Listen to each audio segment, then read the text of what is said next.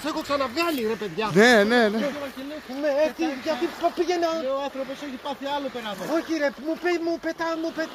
μου πήδαγαν τις πετονιές και δεν θέλω να μου πηδάνε. Τώρα πρέπει να κοντεύω. Τι πλάσμα είσαι εσύ, είσαι λίγο βαρύ. Ένα καλό αδερφέ, για να δούμε. Έχω καιρό ρε παιδιά, 2 εβδομάδες. Έχω απελπιστεί, θα αποκαρέσει τις γέλες. Μακάρι να σε φορέσει τώρα.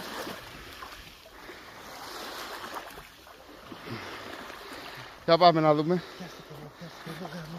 Θα βγει, άσε με.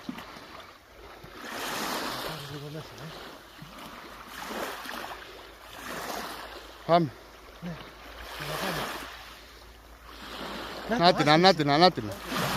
Νάτινα. Ωραία, ένα εργαλείο που έρχεται. Πάμε. Δρόγκος είναι. Όχι ρε, Συναγρίδη είναι, έλα. Συναγρίδη είναι. Ωραία να μπορώ. Να το. Κάνε ένα τσιγάρο να ηρεμήσω. Κάνε ένα τσιγάρο. Ωραίος, κάνα την να τραβήξω λίγο έτσι.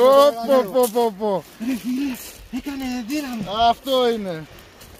Μπράβο ρε φιλαράκι μου. Μπράβο ρε αδερφέ. Ωραίος.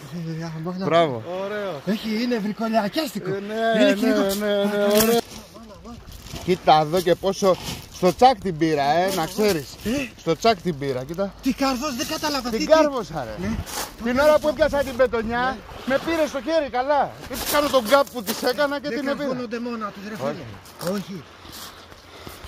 Κοίτα από πού πιάστηκε, από κάτω πιάστηκε τον μπασάδο. Με ένα γκίθρι. Αδερφέ, είναι το ψάρι. Μόνο πίσω, Όχι ρε, την πήρα στο τσάκ την πήρα ρε. Τσακ, φίλε, ευτυχώς. Ευτυχώς σου λέω. Να το εργαλείο. Δεν ποτέ σε ώρα πέρα εδώ φέρα, για τα λεπορία.